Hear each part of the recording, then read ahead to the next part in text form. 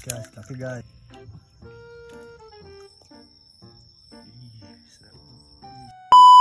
Yo, what's up guys? Ngayong araw ay samahan nyo kami manghuli ng iba't ibang uri ng biyaya galing sa ilog. Magpapaiwan nga kami ng lambat guys at babalikan namin ito pagkagat ng dilim. Bali kasama nga namin si Kuya Ace guys, sasamahan niya daw kami at tuturuan niya ng mga malulupit na diskarte kung paano maglambat at kung paano mangilaw. Dito nga namin ipapaiwan sa may parting malalim, meron din kasing malalaking isda dito at baka matsyempohan namin. Medyo mahirap nga din ikatkat yung lambat guys kasi maraming sumasabit na mga alalang o mga sanga ng kawayan. Pagkatapos nga namin dito guys ay mangingilaw pa kami sa lalo sa sao sa Nipahan. Marami din ngang mga isda at mga hipon dun guys.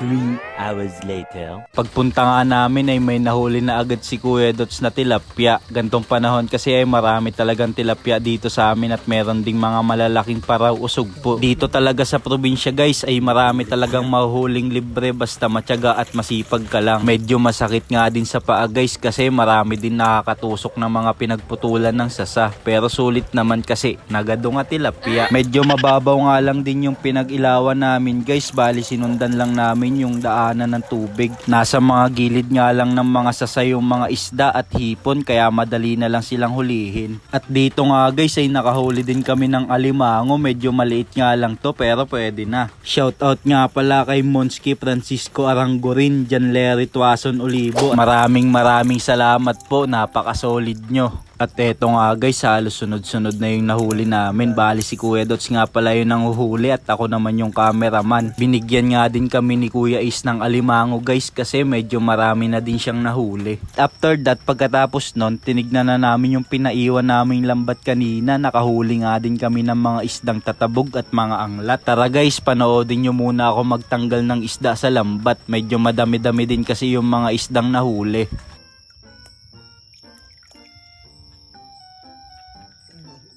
Ito.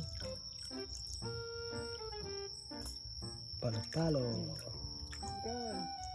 Tatabog. Yan ang makakuha ng lambat guys.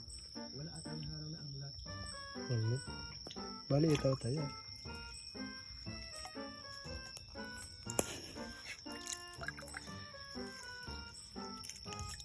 Mga tilapsig mo lang kuha.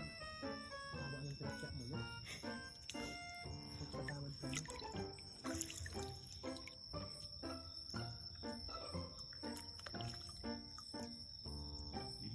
At eto nga pala yung mga nahuli namin guys, marami-rami din. Salamat sa biyaya ng ilog. Salamat sa panonood guys, bye bye!